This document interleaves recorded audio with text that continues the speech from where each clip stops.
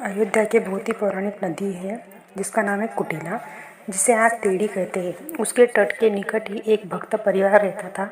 उसके घर एक लीला नाम की बालिका थी। वे लोग नित्य श्री कनक बिहारी जी के दर्शन के लिए अयोध्या आते थे।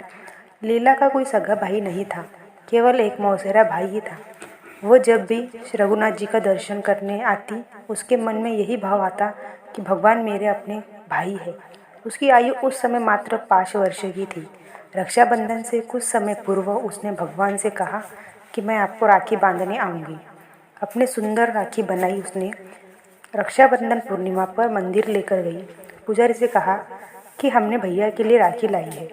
पुजारी जी ने छोटी सी लीला को गोद में उठा लिया और उससे कहा कि मैं तुम्हें राखी सहित भगवान को स्पर्श करा देता हूँ और राखी मैं बांध दूंगा। पुजारी जी ने राखी बांध दी और उसको प्रसाद दे दिया।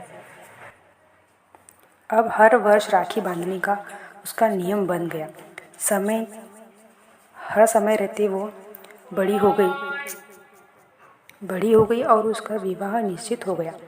वह पत्रिका लेकर मंदिर में अभी आई और कहा कि मेरा विवाह निश्चित हो गया है। मैं आपको न्योता देने आई हूँ। चारों भाइयों को विवाह में आना ही है। पुजारी जी को पत्रिका देकर कहा कि मैंने चारों भाइयों से कह दिया और आप पत्रिका प्रभु के पास रख दो और आप सभी को कह दो कि चारों भाइयों का विवाह में आना ही है। ऐसा कहकर वो अपने घर चली गई। विवाह का दिन आया।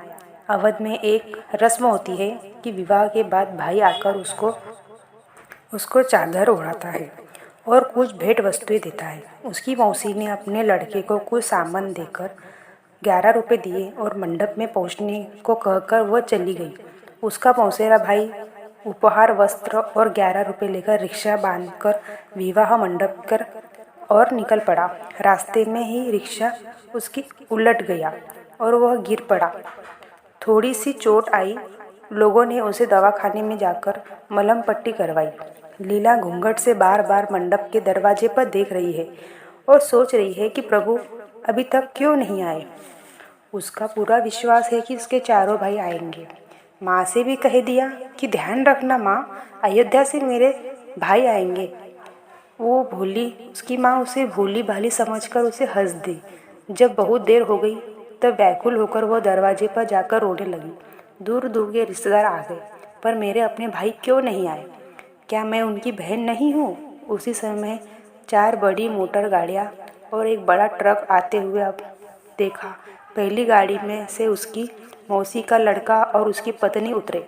बाकी गाड़ियों में से उसके 3 जोड़ियाँ उतरे। मौसी के लड़के के रूप में प्रभु श्री राम ही आए थे। रत्न जड़ित पगड़ियाँ, वस्त्र, हीरो के हार पहन रखे थे। श्री हनुमान जी पीछे ट्रक में सामान भरकर आए थे। हनुमान जी पहलवान के रूप में आए थे।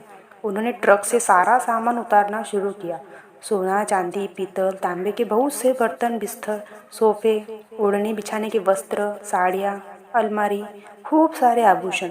मौसी देखकर आश्चर्य में पड़ गई कि इतना कीमती सामान मेरा लड़का कहाँ से लेकर आया होगा। उन चारों में इतना तेज और इतनी सुंदरता देखकर लीला समझ गई कि यह मेरे चारों भाई हैं। लीला का आनंद का ठिकाना न रहा। उसका रोना बंद हो गया। प्रभु जी के इशारे से कहा प्रभु ने कि किसी को अभी इस भेद बताना नहीं, गुप्त ही रखना। इसका रूप इतना मनोहर था कि सब उन्हें देखते ही रह गए। कोई पूछ न पाया कि यह गाड़ियाँ कैसे आई, ये अन्य 3 लोग कौन है। कौन लोग हैरान होकर देख रहे थे कि अभी जो रो रही थी वह इतना हंस रही है और आनंद से नाच रही है। किसी को कुछ समझ नहीं आ रहा था।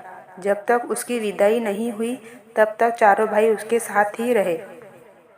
सभी मिले और आशीर्वाद लिया। लीला ने कहा, जैसे आज शादी में सब संभाल लिया वैसे मुझे जीवन भर मुझे संभाल लेना। जब वह गाड़ी में बैठकर पति के साथ जाने लगी तब चारों भाई अंतर्ध्यान हो गए। उसी समय उसका असली मौसेरा भाई उसी टाइम पर लंगड़ाते हुए, पट्टी लगाए हुए वहाँ आया। उसने वस्त्र ओढ़ाया, उपहार दिए, 11 रुपये दिया। मौसी ने पूछा कि तू बड़े कीमती वस्त्र, गाड़ी और ट्रक लेकर आया था, ये पट्टी कैसे बन गई और कपड़े कैसे फट गए तेरे?